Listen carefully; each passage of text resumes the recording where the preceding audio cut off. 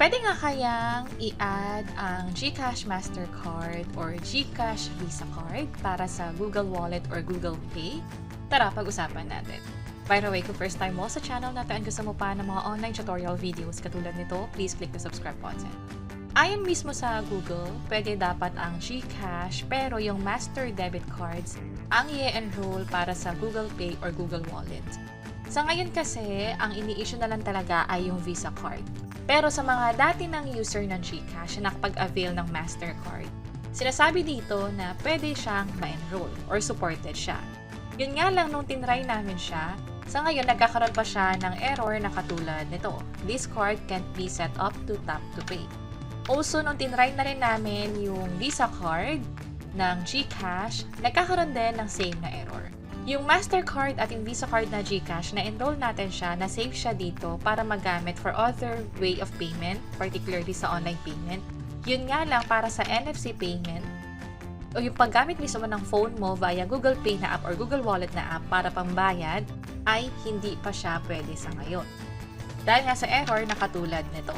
So, I'm not sure kung may improve to or makokorek pa, pero pwede nyo i-try sa ending nyo, which is pag-usapan natin kung paano nga ba siya i-enroll.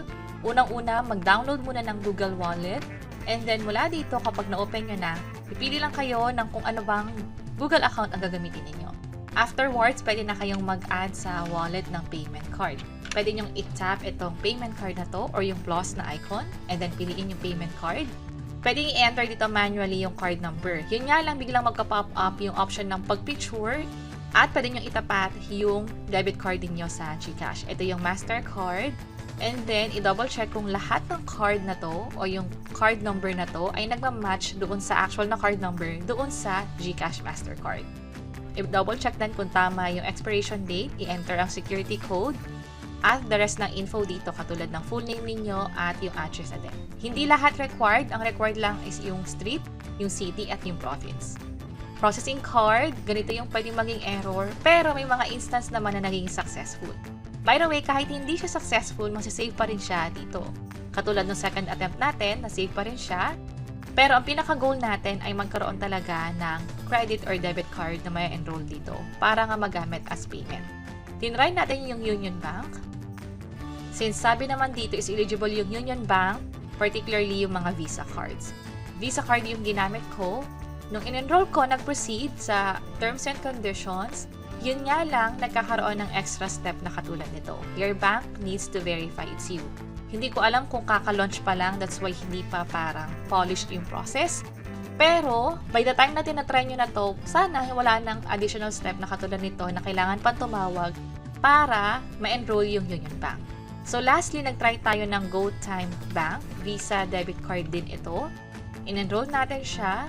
Bali, pinicturean lang din natin gamit yung Google Wallet na app. And then, napunta ulit tayo sa terms and conditions. Proceed tayo sa next step. Ito yung maganda. Although may option na tawagan yung bank, pero meron ding OTP via SMS or text. Naka-receive na ako ng OTP na na-enter naman dito automatically. I-tap lang to enter code at naging successful.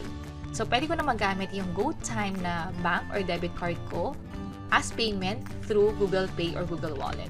So, na-save siya dito, also yung Union Bank, pero hindi pa natatapos yung pag-setup. So, lahat ng ina-enroll natin dito or ina-add natin as payment, masasave at masasave siya, pero hindi lahat ay magiging activated katulad nitong sa GoTime. Yung iba, kailangan pang i-set up, yung iba naman ay masasave for other means of payment. Pero tandaan, bago gamitin ang Google Wallet, dapat naka-enable lang NFC at may NFC feature din ang phone ninyo. Paano malalaman? Sa settings ng phone ninyo, i-search nyo lang or i-tap nyo tong search button at i-search ang NFC. Mula dito, makikita nyo siya under connections and then i-enable nyo lang para magamit ang Google Wallet for payment. And that's it. Kung may iba kayong katanungan kung pwede ba yung debit or credit card ninyo, pwede nyo i-double check dito sa mismong website ng Google, yung Google Wallet nila, kung saan pwedeng mag-update itong nasa listahan. Sa ngayon, wala pa ibang mga bangko katulad nung madalas na nagagamit, katulad ng BPI, BDO, Land Bank, at iba pa. Yung sa Maya Bank, for now, nasa Visa credit card. Hopefully, madagdagan din katulad ng sa debit card And also sa iba pang mga bangko katulad ng RCBC na debit card na sana i-allow din nila. And that's it para sa mga iba pang additional videos tungkol sa Google Pay sa actual na paggamit nito, kung nagkaroon ba kami ng kahit na anong error or issue. Also, yung iba pang mga pwedeng i-add dito katulad ng loyalty cards, pwede nyo i-check yung page or channel namin. Sana makatulong o yung mga link ay nasa description sa bandang baba. Bye-bye!